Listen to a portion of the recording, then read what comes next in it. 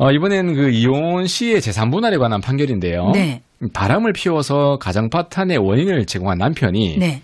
사업 실패로 빚더미에 앉아 있는 상태였다면 재산 분할을 하지 않을 수 있다는 판결이 나왔어요.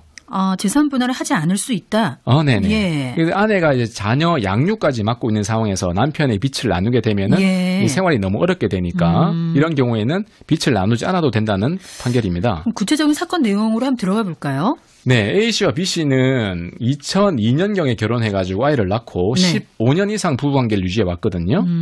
결혼 후에 남편인 B 씨는 김해시에 있는 모텔과 부산에 있는 모텔을 매수해서 숙박업을 하면서 예. 당시 모텔 직원이었던 C 씨와 내연 관계를 이어왔습니다. 네. 그래서 이 한 2018년경에 이 같은 사실을 알게 된 A 씨가 이 B 씨와 별거를 시작하면서 재산을 분할하고 위자료를 달라면서 이혼 소송을 내게 되었거든요. 네네. 그런데 이 재판 과정에서 두 사람의 재산을 보니까 이 아내 A 씨의 순 재산은 한 4천여만 원 정도예요. 예. 반면에 B 씨의 순 재산이 마이너스 한 5억 5천여만인 거예요. 빚이 그러면 5억 5천여만 원인 네네. 거네요. 네. B 씨가 아이고. 사업을 하는 과정에서 빚을 많이 졌던 것 같아요. 네. 그런데 이런 경우에 원칙적으로 하면 이 빚도 재산분할 비율에 따라 나눠야 되거든요. 그렇게 되면 A 씨가 이 B 씨의 빚의 일부를 떠안아야 하는 상황이 된 거죠. 그러네요. 이 사건에서 이제 최근 부산 가정법원에서 B 씨는 A 씨에게 위자료로 4천여만 원을 지급하고 이혼하고 예.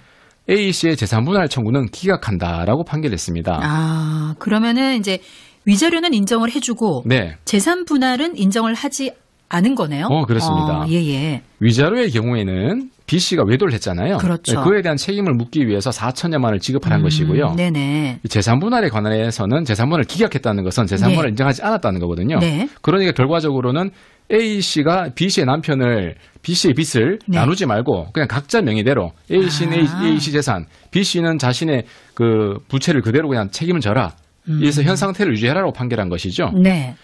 법원은 이 A 씨와 B 씨의 공동 재산 형성 과정을 보면 주로 B 씨가 주도적으로 투자 여부를 판단하거나 이 자산 관리를 했고 예. 특히 모텔을 매수할 때 B 씨가 거액의 담보대출을 받았고요.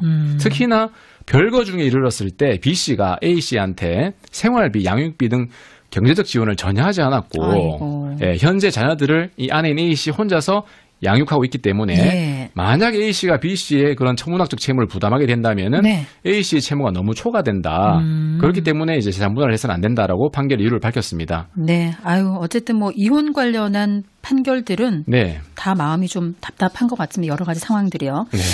자, 알겠습니다. 변호사님 오늘 소식은 여기까지 듣도록 하겠습니다. 고맙습니다. 네, 고맙습니다. 네, 지금까지 법률부감 세상에 이런 법이 고정환 변호사와 함께 말씀 나눠봤습니다. 사고 소식이 정말 많이 들어오네요. 오늘 남해고속도로 순천 쪽이고요. 장진아들목 102km 지점인데요. 1차로에 승용차 단독사고 발생해서 지금 또 처리 중에 있다는 소식입니다. 그리고 지수나들목 부근 86km 지점은 갓길 쪽인데 순천 쪽으로 승용차 단독사고 처리하고 있습니다. 각 사고 구간들 많은 만큼